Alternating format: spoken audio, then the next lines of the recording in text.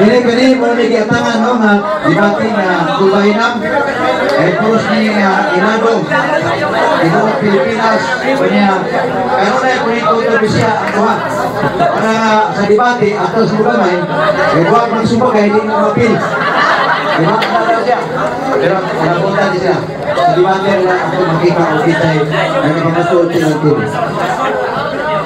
ang team ang tima ipasa ito yung lima.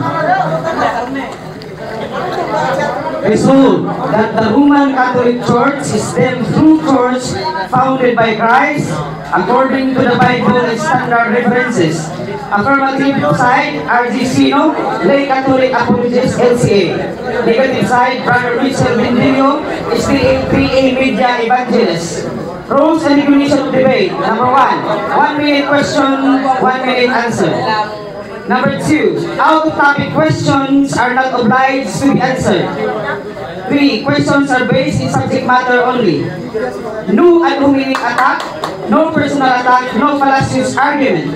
Number 5, objection anytime if there is violation against the rule. Objection must be addressed to the moderator. Categorical questions must be answered yes or no with qualification. 8, no challenge questions allowed. Number 9, accept all Bible versions, either Old Testament or New Testament. Number 10, accept all standard references. 11, moderator has the authority to rule or decide whether the question propounded is within or included in the topic. Number 12, if the debater is not responsive to the question or fail to answer the question and still arguing that it is out of topic, the moderator has the authority to declare that the debater failed to answer the same. Thank you. Pirmahin sa inyo mga brother. Nagkapirma na. Nanay pirma dito. Sige.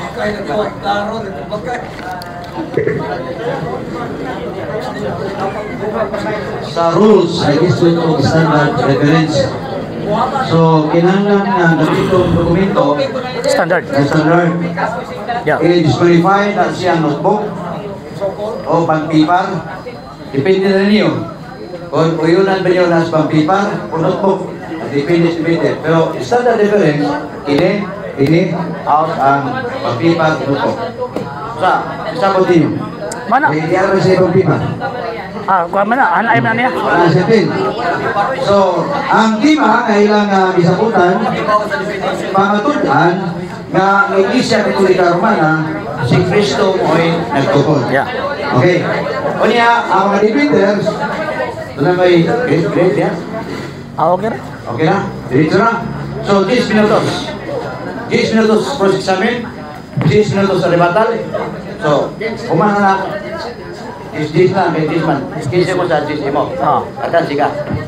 15 ya? 10, literal, 10. Why 15? 10. Okay, na.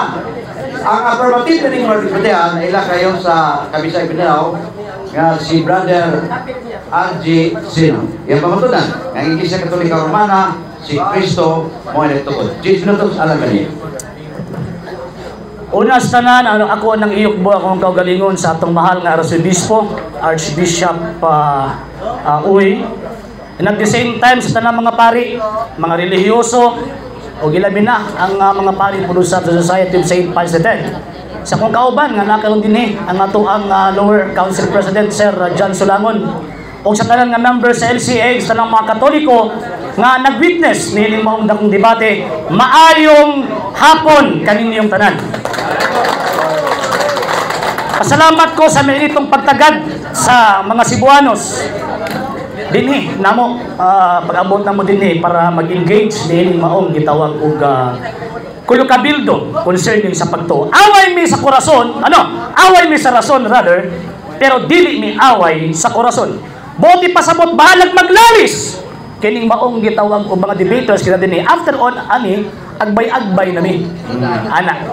Okay. So ang topic namo karon, resolve that the Roman Catholic Church is the true church founded by Christ according to the Bible and standard references.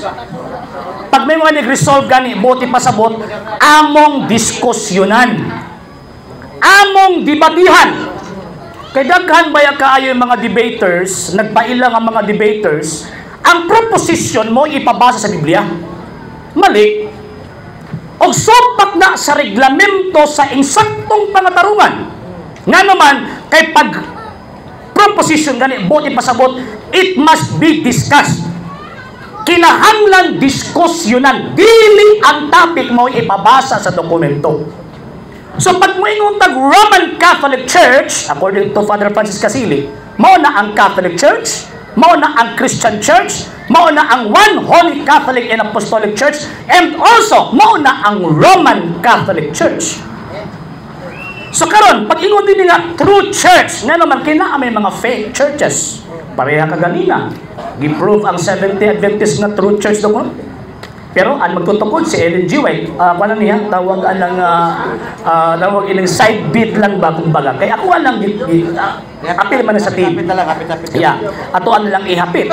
So, kini nga topic karon, akong pamatud-an nga ang true, ang genuine church founded by Christ is the Roman Catholic Church according to the Bible. Ang according sa rules, bisag kung sa klaseng Biblia gamiton. Ikaduha, and standard references. So, tama itong clarification ganina sa ato ang moderator nga pag mo gamit gani og libro nga dili standard, dili na pwedeng dawaton.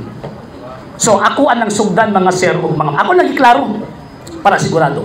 Sa balaang kasulatan, ang akong kaatbang ug ang tanang mga dili katoliko nga niya karon dinhi. O yun kanunay nga si Kristo nagtukod og iglesia. Pagbeto nagdiskusyonan karon di ba? Daghan kay nag-angkon not less than 45,000 Christian denominations. Puro na gaangkon tanan amin na kami na ako na. Puro na katoliko. So buti pasud pag ingon niya nga kami na, ang problema na ipalutihon nga nag-ingon na claiming and proving are two different things.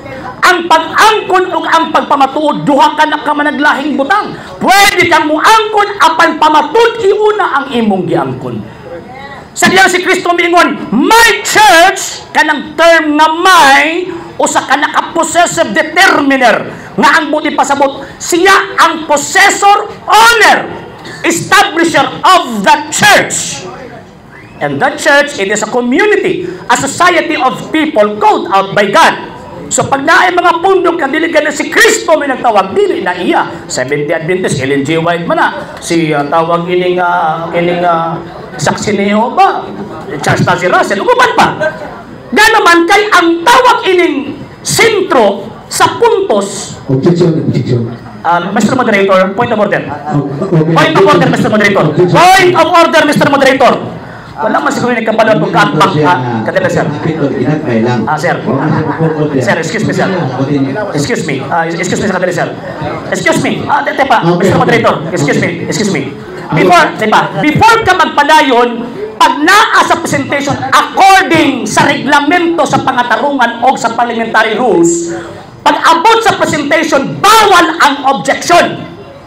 Okay, objection. So nagpasabot akong kaatbang, pwede ka pala sa reglamento sa parliamentary rules.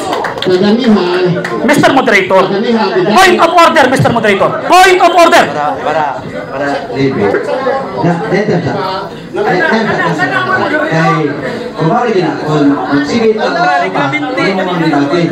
Nanang ko gingon nga sino nga ginagmay ang habit-habit o masubong ko sana. Ang inyong gidebatihan o man ang pagkatukod kung isa ng tukod. So habit-habit naman to. Ato na si padayon ng brad pero padayon. Apil siya kay kumatudan mo niya ang bisa ito karon na o gito ko na si Bintis mo ka. So continue. Ang akong kaatbang daw-taong natilasan. Wa pagani mo kasugod, wala. Reklamo na eh. O nya, pagkahuman, nakuhan ko ba, kana bitong, nadismay ako. Nga naman ipanggiit ang debater at ng kaatbang eh. Pero ang simple rules sa parliamentary procedures, wa sa kamao eh. Sa pagbarok sa gitawag o ganang presentation, affirmative stand, bawal nga na ay objection. Bawal nga na ay objection. Ang himuon lang sa panahon diha, point of order kay supak sa rules. Tanawa, tapos Pilipos na noong ko, tanawa. Okay, diretso na lang ako. St. Matthew chapter 16 verse 18. Ingon niya, my church, and that church, sakop ni Ginoong Jesucristo. Sa panahon ni Kristo, sa lugar ni Kristo, o sa pamulong ni Kristo nga, ako ning simbahan. St. Matthew chapter 16 verse 18. And at the same time, kana nga simbahan, dili mo sa mga kaatbangan si Kristo nagpukod anak. Ang problema, anak, asa na karon ng simbahan na. Muna iniingon si tawag ining Gregorio Saide. Ingon pa niya, ako ang tawag ining basahon, Mr. Moderator. Ingon pa niya, page 5, ingon pa din eh. To know world history is to appreciate the story of God's goodness to humanity from time of creation to the coming of Jesus, His Son, and story of salvation. World history shows us our relationship to God, to each other on this world. So para mahibaw-an nato si Kristo o ang kasaysayan sa paglalang sa kalibutan, dili mawala ang kasaysayan. O even ang Biblia, niingon ang Biblia nga, tawag ini nga ang Dios magtutudlo sa kasaysayan. Unsa may gisulti sa kasaysayan concerning sa Iglesia Katolika, Apostolika Romana. Encyclopedia International, last document, sir.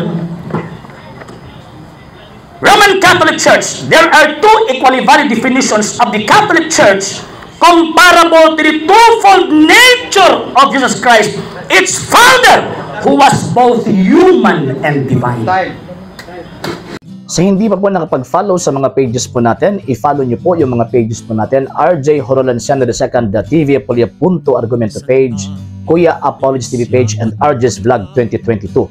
And pwede rin po kayo mag-send po dyan ng Facebook stars. And also, sa ating po mga channels, sa hindi po nakapag-subscribe, i-subscribe po ninyo yung mga channels natin, Dalay Catholic, Apologies International Official, RJ Sano II TV, Kuya Apologies TV, and Barrio Kawayan Religious Forum.